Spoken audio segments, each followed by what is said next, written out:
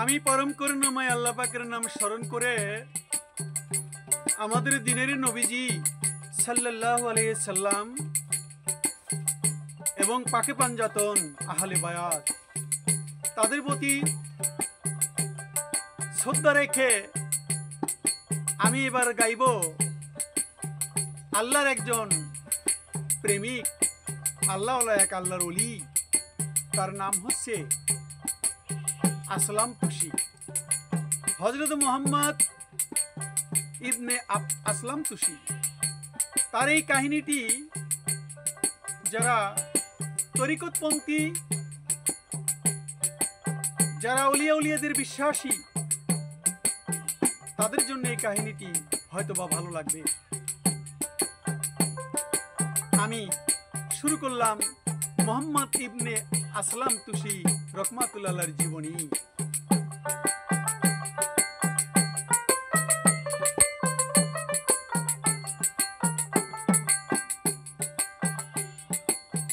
হযরত মুহাম্মদ আসলাম তুষি ধর্ম রাজ্যের নক্ষত্র, দয়াল নবীজির সুন্নতের ভাই, সুন্নতের রইল ভিতর, নিজের পবিত্র দেহের সংস্পর্শে জমিনকে পবিত্রকারী যায় করিয়া, আপন দীপ্তিমান রূহের দ্বারা আসমানকে আলোকিত যায় করিয়া। তৎকালে তিনি ছিলেন মহামানব, সর্বজন অগ্রনায়ক তায় রে, দয়াল তোমার প্রেম নায় চরিয়ে,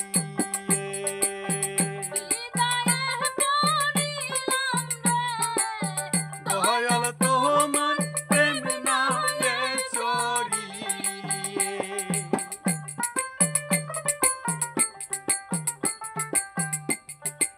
তাই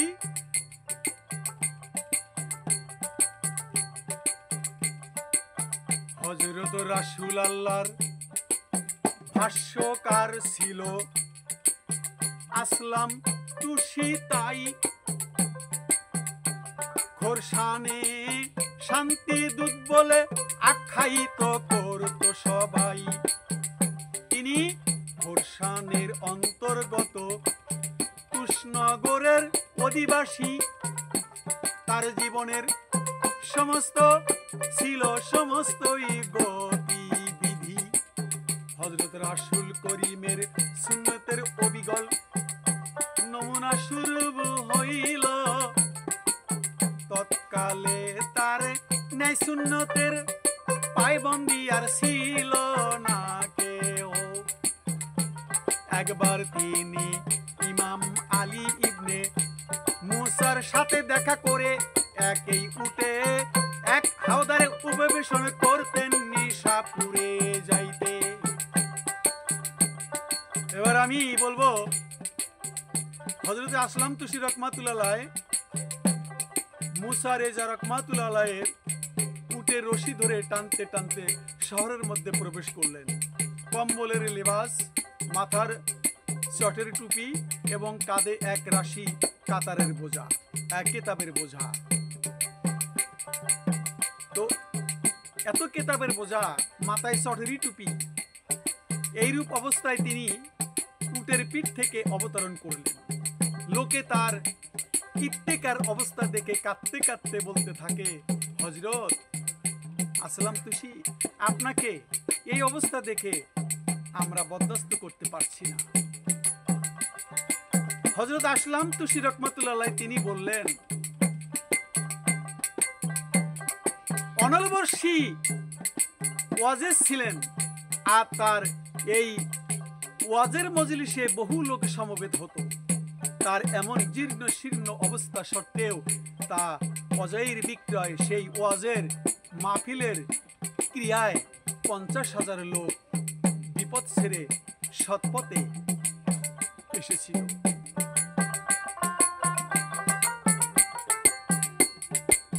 তার এবং তওবা করে যাবতীয় বদ কাজ ত্যাগ করিয়াছিল।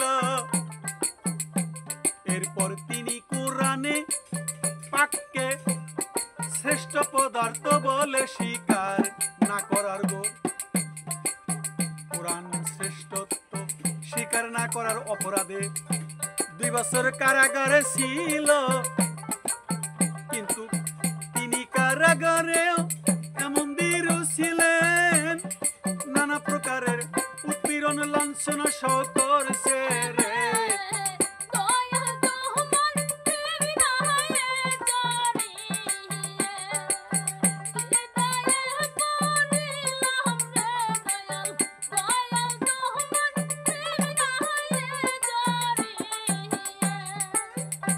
আল্লাহর বুজুর্গ ব্যক্তি কোরআনকে নিয়ে একটা কথা বলেছিলেন, সেই জন্য কারাগারে লাঞ্ছনা সহ করে গিয়েছিলেন।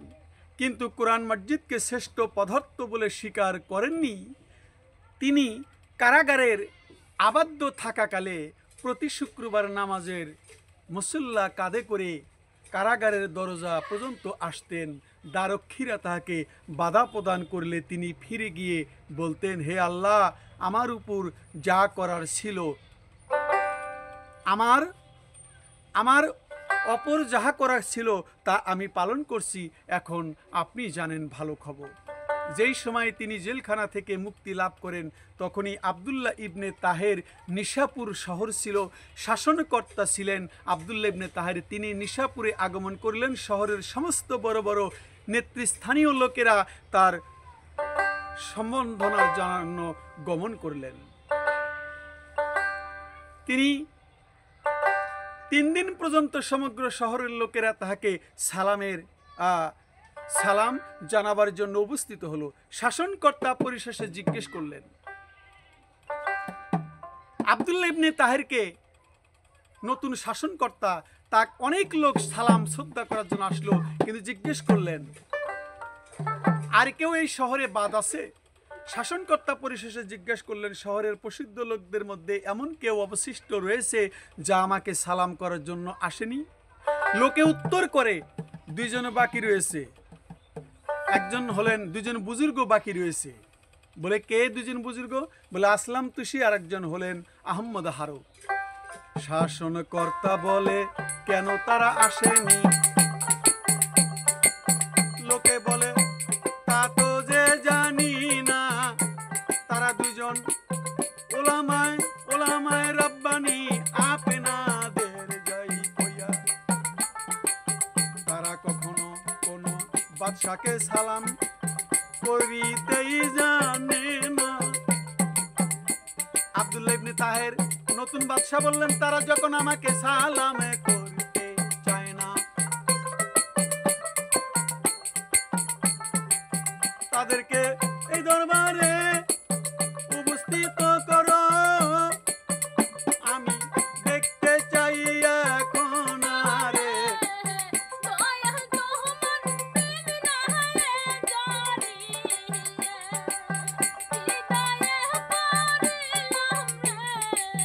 দয়াল তোমার প্রেম নাই চরি। বাদশা বললেন, এই 2 বুজুর্গকে উপস্থিত, তারা আমাকে সালাম করবে না। বলে, সালাম করার জন্য তারা আসেনি। বাদশা বললেন, কেন আসেনি? তুমি কি বলেছিলে? বলে, তখন আমি তাদেরকে, ওনারা বললেন, ওই বুজুর্গ 2 জন বলেন তাদেরকে সালাম করতে যাব। এরপর তিনি প্রথমে হযরতে আহমদ হারবের সাথে দেখা করতে ইচ্ছা করলেন। বাদশা বলে, তারা যদি না আসে আমারে সালাম করিতে। বাদশা কয়, আমি নিজেই তাদেরকে সালাম করতে যাব তাদের স্থানে। তখন এই আবদুল্লাহ ইবনে তাহের এই 2 বুজুর্গকে প্রথমে হযরতে আহমদ হারবের সাথে দেখা করতে ইচ্ছা করলেন। বাদশা আবদুল্লাহ ইবনে তাহের বলল যে, প্রথমে আমি যে বুজুর্গের নাম আহমদ হারব, তার সঙ্গে আগে দেখা করব। লোকে গিয়ে তাকে সংবাদ দেয়, শাসনকর্তা আব্দুল্লাহ ইবনে তাহের আপনার সাথে সাক্ষাৎ করতে আসতেছে তোমারই সাথে।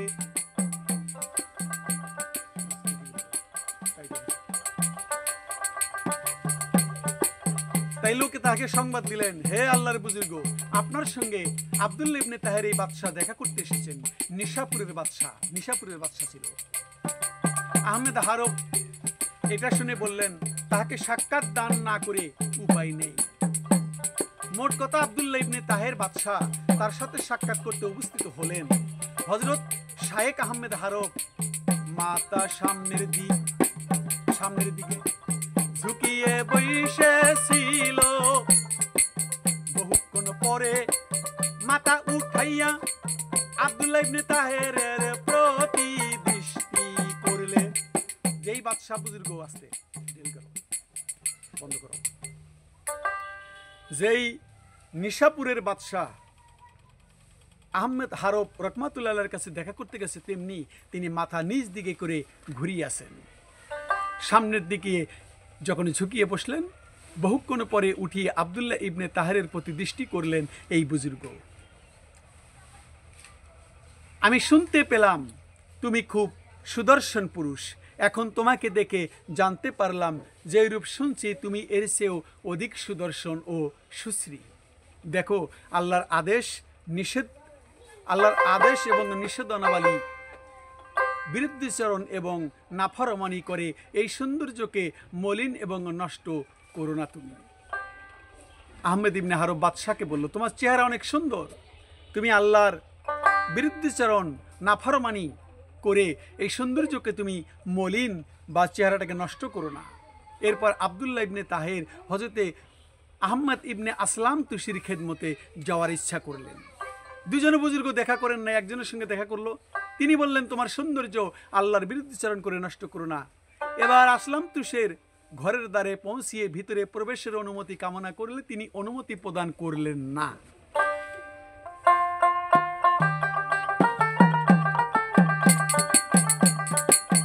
আসলাম তুষ তার দরজার সামনে অমনি ভাবে ঘোড়ার পিঠে বসে অপেক্ষা করতে লাগলো। তবু কয়ে না রে বসতে। ভাবলেন আজ শুক্রবার, তিনি জুমার নামাজের জন্য অবশ্যই বের হবে রে। তখন তার সাক্ষাৎ পাওয়া যাবে এই বাদশাহ বলে। জুমার নামাজের সময় মোহাম্মদ আসলাম তুষি নামাজের জন্য বেড়ে গেল। আব্দুল্লাহ ইবনে তাহেরের দৃষ্টির প্রতি পতিত হওয়া মাত্র তৎক্ষণাৎ ঘোড়া থেকে অবতরণ করলেন বাদশাহ মোহাম্মদ ইবনে আসলাম তুষি। কদম মুসি করলেন গো বাদশাহ ওই আল্লাহর ওলি। আল্লাহর এই বুজুর্গ যখন বেরোলেন শুক্রবারে নামাজ পড়ার জন্য, তখন আসলাম তুষ ওই নিশাপুরের বাদশাহ ইনি ঘোড়ার পৃষ্ঠে থেকে নেমে প্রথমেই তার কদম বুসি করলেন, অর্থাৎ পায়ে চুম্বন খেলেন।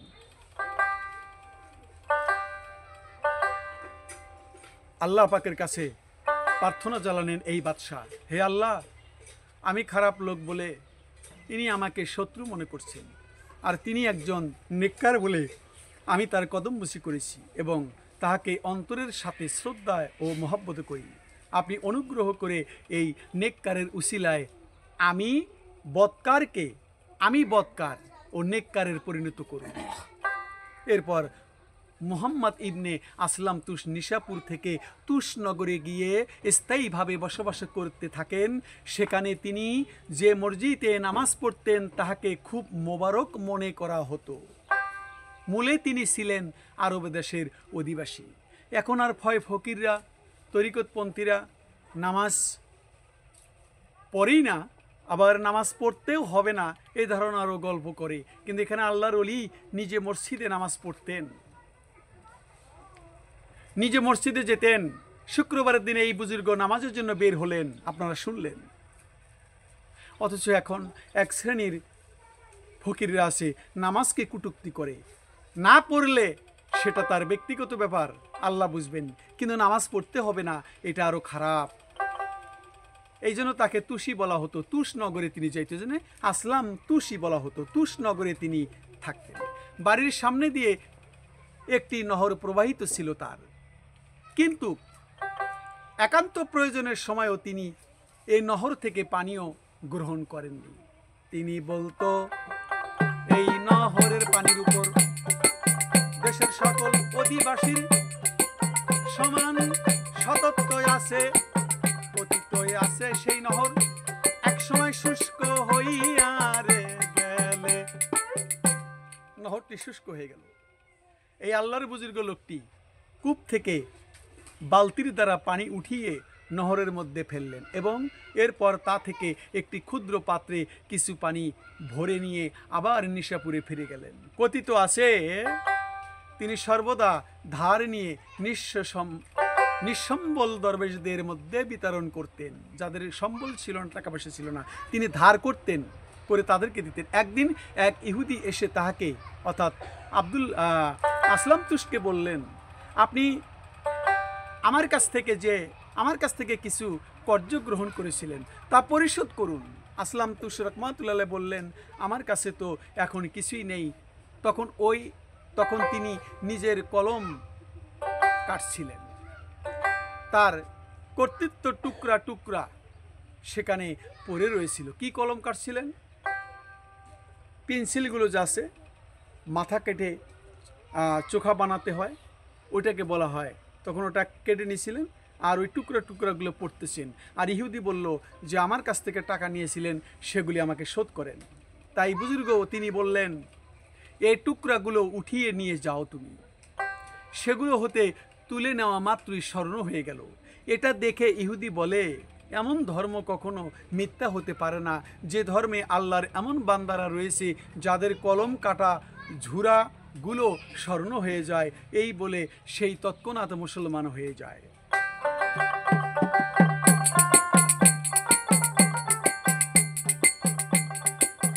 আবু আলী ফারমাদি নামে নিশাপুরে একজন ব্যক্তি ছিল। নিশাপুরের মসজিদে ওয়াজ করছিল। ওয়াজ কইরা গেল ইমামুল হারমাইন সেখানে। আরেক বুজুর্গ জিজ্ঞাসা